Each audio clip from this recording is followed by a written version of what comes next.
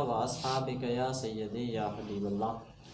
تمام تر تعریف و توصیف اللہ جل مجدہ الکریم کے لیے ہے، جو خالق کائنات بھی ہے اور مالک ارض و سما بھی، اور تمام تر حمد و ثنا محبوب دو عالم، شفیع معظم، شفیع یوم النشور، احمد مجتبی محمد مصطفیٰ صلی اللہ تعالی علیہ وآلہ وسلم کے لیے ہے، کہ جن کے صدقے میں خالق کائنات نے یہ کل کائنات تخلیق فرمائی۔ بفضلہ تعالی ایک مرتبہ پھر ہم موجود ہیں رمضان نور ایمان ٹرانسمیشن کے اندر، اور اللہ رب ذوالجلال کا فضل ہے اور بڑا ہی احسان ہے کہ جس نے ہمیں یہ توفیق عطا فرمائی کہ ہم علماء کرام کے ذریعے آپ تک اصلاح کی، آپ تک مصلح باتیں پہنچاتے ہیں۔ تو اللہ رب ذوالجلال ہمیں سن کر اس پر عمل پیرا ہونے کی بھی ہمت و توفیق عطا فرمائے۔ تو سامعین کرام، آج کا جو ہمارا موضوع ہے انتہائی اہم موضوع ہے، اور میں سمجھتا ہوں کہ اس موضوع کا بیان کرنا ہمارے لیے بہت بڑی ذمہ داری بھی ہے، اور ہم پہ بہت یہ ضروری بھی ہے کہ ہم اس موضوع پر بات کریں۔ تو سامعین کرام، جو آج کا ہمارا موضوع ہے وہ عقیدہ اہل سنت ہے، اور آج اس موضوع پر ہمارے ساتھ جو شخصیت موجود ہیں بہت ہی خوبصورت شخصیت ہے، میں کسی تعارف کی محتاج نہیں ہے، حضرت علامہ مولانا قاری محمد بہرام الخیری صاحب آپ موجود ہیں۔ میں سب سے پہلے تو آپ کا شکریہ ادا کرتا ہوں کہ آپ نے ایک مرتبہ پھر ہمیں وقت عنایت فرمایا، اللہ رب ذوالجلال آپ کا آنا قبول و منظور فرمائے۔ ان کے ساتھ خوبصورت آواز کے مالک جناب محسن کریم دورانی صاحب موجود ہیں، میں آپ کا بھی مشکور و ممنون ہوں، آپ نے بھی وقت عنایت فرمایا، اللہ رب ذوالجلال آپ کا آنا بھی قبول و منظور فرمائے۔ تو ناظرین، چونکہ پروگرام کی روایت ہے کہ اس کا باقاعدہ طور پہ جو آغاز ہے وہ تلاوت کلام ربانی سے، اور اس کے بعد حضور علیہ الصلوۃ والسلام کی بارگاہ میں حضور علیہ الصلوۃ والسلام کی بارگاہ میں مدح سرائی کی جاتی ہے۔ تو میں ملتمس ہوں جناب محسن کریم دورانی صاحب سے کہ وہ آج کے اس پروگرام کی ابتدا فرمائیں۔ اعوذ باللہ من الشیطان الرجیم، بسم اللہ الرحمن الرحیم، اِنَّا أَعْطَيْنَاكَ الْكَوْثَرَ فَصَلِّ لِرَبِّكَ وَانْحَرْ إِنَّ شَانِئَكَ هُوَ الْأَبْتَرُ۔ صدق اللہ العظیم۔ صلی اللہ علیہ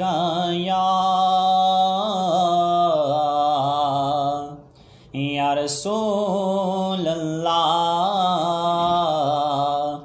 وسلم علیہ یا حبیب اللہ۔ حضور میری تو ساری بہار آپ سے ہے، حضور میری تو ساری بہار آپ سے ہے، میں بے قرار تھا میرا قرار آپ سے ہے، حضور میری تو ساری بہار آپ سے ہے، اور سیاہ کار ہوا کا بڑی ندامت ہے، سیاہ کار ہوا کا بڑی ندامت ہے، قسم خدا کی یہ میرا وقار آپ سے ہے، قسم خدا کی یہ میرا وقار آپ سے ہے حضور میری تو ساری، بہار آپ سے ہے حضور میری تو ساری۔ سبحان اللہ، ماشاء اللہ، بہت ہی خوبصورت انداز سے محسن کریم درانی صاحب نعت رسول مقبول پیش فرما رہے تھے۔ اللہ رب ذوالجلال آپ کی آواز کے اندر مزید برکتوں کا اضافہ فرمائے۔ تو قبلہ علامہ صاحب، ہم بلا تمہید، چونکہ آپ جانتے ہیں کہ ہمارا پروگرام کافی اختصار پہ مبنی ہوتا ہے، تو آج کے ہم موضوع پہ آتے ہیں۔ سب سے پہلے تو چونکہ آپ کے علم میں ہے کہ جو آج کا ہمارا موضوع ہے انتہائی اہم موضوع ہے عقیدہ اہل سنت کے حوالے سے، تو عقیدہ اہل سنت اللہ رب ذوالجلال کے بعد، چونکہ ہر شے کے بارے میں انسان کا عقیدہ کیا ہے، تو چونکہ اللہ رب ذوالجلال نے انسان کو پیدا فرمایا، تو سب سے پہلے بندے کا عقیدہ اللہ رب ذوالجلال کے بارے میں کیا ہونا چاہیے؟ بسم اللہ الرحمن الرحیم۔ اللہم رب اشرح لی صدری ویسر لی امری واحلل عقدۃ من لسانی یفقہوا قولی۔ رضیت باللہ ربا وبالاسلام دینا وبمحمد صلی اللہ علیہ وسلم نبیا ورسولا، اما بعد۔ سب سے پہلے تو میں آپ کا تہہ دل سے شکریہ ادا کرتا ہوں کہ آپ نے رمضان نور ایمان میں ایک بار پھر بندہ ناچیز کو مدعو فرمایا۔ خالق کائنات آپ کے خدمت دین متین کو اپنی بارگاہ میں قبول فرمائے۔ اللہ رب العزت کے حوالے سے اہل سنت کا جو عقیدہ ہے، یقیناً اس کے لیے کئی گھنٹے درکار ہیں، بے شک بے شک، اور یہ تفصیل طلب موضوع ہے، اور اس کے مکمل وضاحت کے لیے بہت سا وقت درکار ہے۔ بے شک بے شک، کسی کا لیکن مختصراً یہ سمجھنا ضروری ہے کہ اللہ رب العزت کے ذات وہ عظیم ذات ہے کہ خالق کائنات کے ذات میں بھی کوئی شریک نہیں ہے، بے شک، اور اس کے صفات میں بھی کوئی اس کا شریک نہیں ہے۔ بے شک کسی کا خالق کائنات کی جو ذات ہے وہ بھی قدیم ہے، اور رب ذوالجلال کے صفات بھی قدیم ہے۔ قدیم ہے، بے شک کسی کا خالق کائنات کی جو ذات ہے وہ اجزاء سے بھی پاک ہیں بے شک، اور ترکیب سے بھی پاک ہے، بے شک بے شک، کیونکہ اجزاء اور ترکیب یہ دونوں خالق کائنات کی مخلوقات میں سے شمار ہوتا ہے۔ بے شک، تو رب ذوالجلال کی جو ذات ہے اور جو اس کی صفات ہیں وہ ہر قسم کے حوادثات سے پاک اور منزہ ہے، اور رب ذوالجلال کی جو ذات ہے وہ بھی قدیم ہے، اور اللہ رب العزت کی جتنی بھی صفات ہیں وہ سب کے سب قدیم ہیں۔ قدیم ہے، بے شک، اللہ رب العزت کے بارے میں ہمیں عقیدہ یہ ہونا چاہیے کہ خالق کائنات کی جو ذات ہے وہ واجب الوجود ہے، اور رب ذوالجلال کی جو ذات ہے وہ مستحق عبادت ہے۔ بے شک، کیا بات، یہ دو چیزیں بڑی اہم چیزیں ہیں کہ رب ذوالجلال کی جو ذات ہے وہ واجب الوجود ہے۔ واجب الوجود کا مطلب یہ ہوتا ہے کہ جس کا وجود ضروری ہو اور عدم محال ہو، اللہ اکبر، یعنی وجود بمعنی موجود کے، جس کا پایا جانا ضروری ہو، ہر حال میں جو پایا جاتا ہو، بے شک اور جس کا عدم محال ہو۔ بے شک، اس کی مکمل وضاحت کے لیے یہ آپ سمجھ لیں کہ تین چیزیں ہوتی ہیں، ایک ہوتا ہے ممکن الوجود، ایک ہوتا ہے ممتنع الوجود، اور ایک ہوتا ہے واجب الوجود۔ اللہ اکبر، ممکن الوجود کا مطلب یہ ہوتا ہے کہ جو پہلے نہیں تھا اور بعد میں معرض وجود میں آیا، اور ایک وقت ہوگا کہ وہ پھر غیر موجود ہو جائے گا۔ اللہ اکبر، اس کی مثال اللہ رب العزت کے ذات کے سوا جتنے بھی مخلوقات ہیں وہ سب کے سب ممکن الوجود ہیں، یعنی وہ پہلے نہیں تھی، نہیں تھی، آپ پھر خالق کائنات نے انہیں معرض وجود میں لایا، بے شک، اور ایک وقت ہوگا کہ سب کے سب چیزیں ہلاک ہو فنا ہو جائیں جائیں گی، گی، کیونکہ اللہ فرماتا ہے کل شیء ہالک بے شک، الا وجہہ، اللہ، اللہ رب العزت کے ذات کے سوا ہر چیز ہلاک ہو جائے گی، فنا ہو جائے گی۔ فنا ہوتا ہے، تو ایک ہے ممکن الوجود، یعنی ممکن کے دونوں طرف عدم ہوتا ہے، ابتدا میں بھی عدم ہوتا ہے اور انتہا میں بھی عدم ہوتا ہے، اور درمیان میں وجود ہوتا ہے۔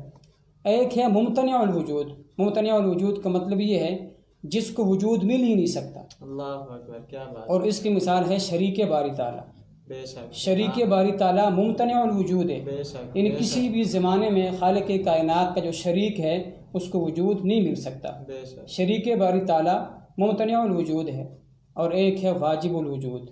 واجب الوجود ہمارے رب کی ذات ہے بے شک سبحان اللہ، جو ازل سے ہے ازل سے ہے اور ابد تک رہے گا۔ یعنی آسان مفہوم اس کا یہ ہے کہ جس کو کوئی زوال نہ ہو، جس کو کوئی فنا نہ ہو، جو ہمیشہ ہو، جو قدیم ہو۔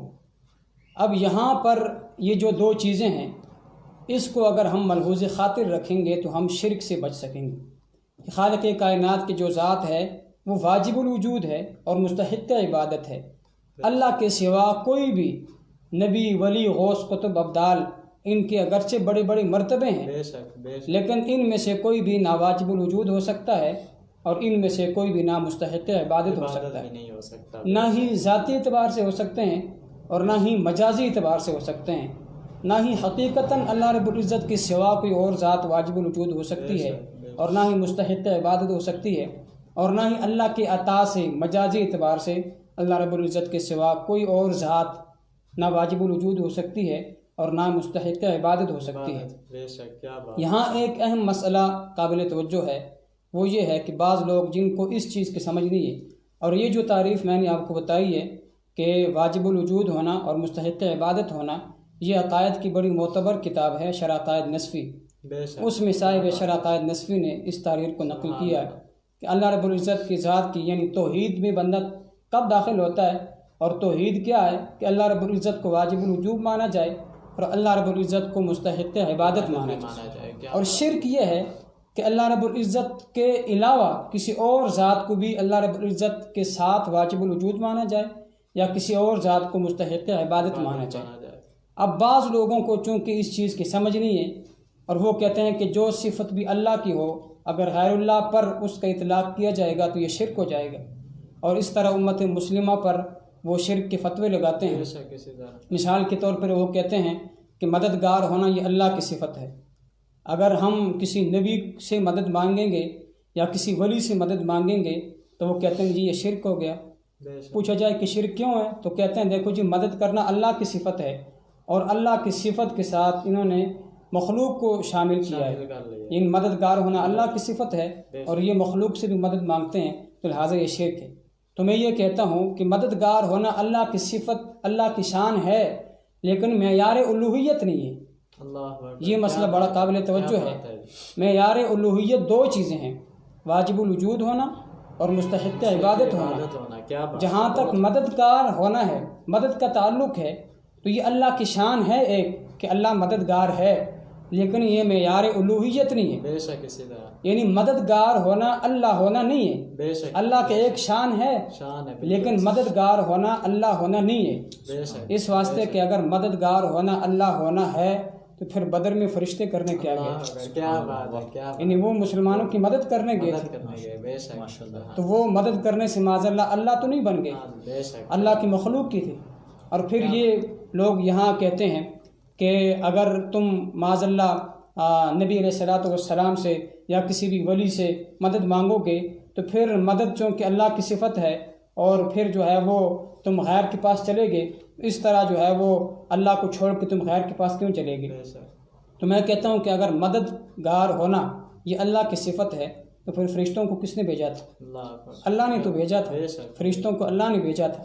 تو اگر مدد کرنے سے، مددگار کسی کو ماننے سے بندہ مشرک ہو جاتا ہے تو پھر معاذ اللہ اس سے تو یہ لازم آئے گا کہ اللہ نے خود ہی شرک کی قرآن مجید میں دعوت دی ہے کہ فرشتوں کو مدد کے لیے اس نے بھیجا، تو یہ اس نے معاذ اللہ شرک کیا ان لوگوں کے بقول جو یہ کہتے ہیں کہ جو اللہ کے صفات ہیں اگر غیر میں مانی جائیں تو بندہ مشرک ہو جاتا ہے۔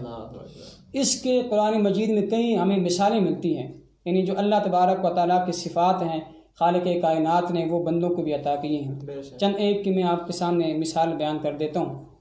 مثال کے طور پر دوسرے پارے میں ہے، اللہ فرماتا ہے ان اللہ بالناس لرؤوف الرحیم، اللہ لوگوں پر رؤوف اور رحیم ہے۔ یہاں سے ہمیں یہ پتہ چلا کہ رؤوف اور رحیم ہونا یہ دونوں اللہ تبارک و تعالیٰ کی صفتیں ہیں۔ لیکن 11ویں پارے میں اللہ فرماتا ہے لقد جاءکم رسول من انفسکم عزیز علیہ ما عنتم حریص علیکم بالمؤمنین رؤوف الرحیم۔ اب یہاں پر رؤوف اور رحیم ہونا ہمارے آقا علیہ الصلوۃ والسلام کی صفات ہیں۔ اب دیکھیں ان لوگوں کے لیے جو کہتے ہیں کہ جو اللہ کی صفت ہیں اگر غیر میں ان کو مانا چاہے بندہ مشرک ہو جاتا ہے، تو میں کہتا ہوں اگر وہ دوسرے پارے پر عمل کریں گے 11ویں پر نہیں کر سکیں گے، اور اگر 11ویں پر عمل کریں گے دوسرے پہ نہیں کر سکیں گے، کیونکہ دوسرے پارے میں رعوف اور رحیم ہونا اللہ تبارک و تعالیٰ کی صفات ہے، اور 11ویں پارے میں رعوف اور رحیم ہونا یہی بعینی ہی 2 صفات ہمارے آقا علیہ الصلوۃ والسلام کے لیے۔ تو یہ سنی ہے جس کے عقیدے کی چادر اتنی چھوٹی نہیں ہے کہ پاؤں ڈھانپے تو سر ننگا ہو جائے، سر ڈھانپے تو پاؤں ننگے ہو جائیں۔ ہمارے عقیدے کی چادر یہاں سے لے کر جنت تک پھیلی ہے۔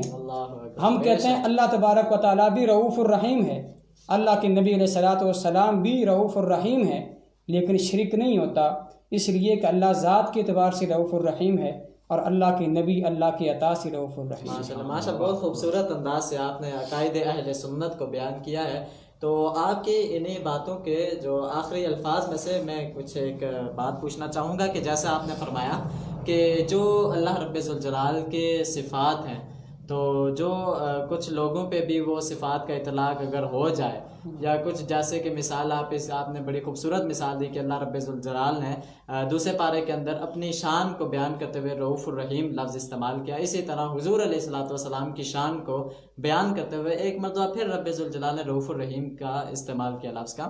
تو کیا علامہ صاحب اس طرح صفات عام بندوں کے لیے، چونکہ وہ تو حضور ہیں، حضور کی کیا بات ہے، تو عام بندوں کے لیے اگر ایسے صفات جو اللہ رب ذوالجلال کے لیے بھی ہوں تو وہ عام بندوں پر ان کا اطلاق کرنا کیسا ہے؟